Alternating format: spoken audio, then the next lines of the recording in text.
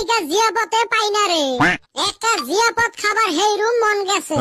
ওরে মাছে মাংস খাইলেন হয়। মাছের কথা হুই না একটা কথা মনে পড়লো রে। মাছ খাইছিলাম আঙ্গ দাদা বাইসা থাকতে।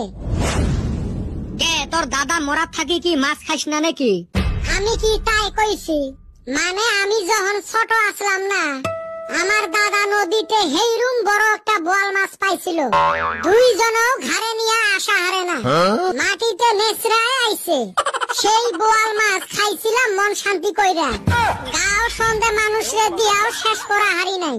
কত বড় মাছ আছিল তা? 100 কেজি তো হইব। ই ফাটা লেকচার শুনিস? হ্যাঁ বলটু, মুইও দিম নাকি আরম্ভ করি? তুই তো আরম্ভ করলে লাইন ঘাট শোক ছাড়ি যাস। ফাটা লেকচারের একটা সীমা থাকে, ওইটা পার না করিস। তুই আসিস না, যেগুলা বেশি পার হয়ে যাবে গলা হুকেরি দেবো। তাহলে ঠিক আছে, আরম্ভ কর। এই না মাইনসে শুনলে তো বিশ্বাসে করবার চায় না, এই নিগা কোবার মন ধরে না।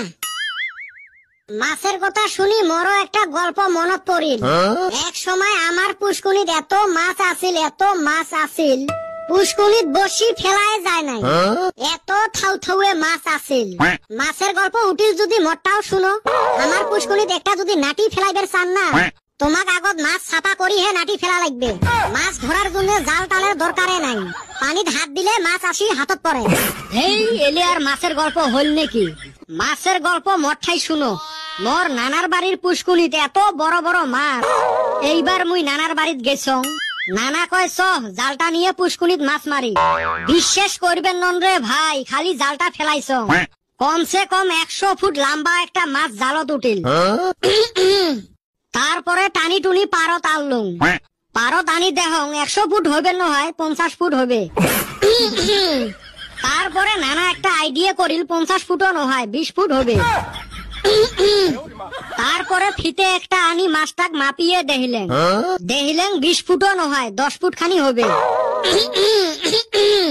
হে বল্টু, তুই যেত কাশেক, একবার ফিতে দিয়ে মাপ নেওয়ার পরে ওই মাপ আর কমবেন নয়।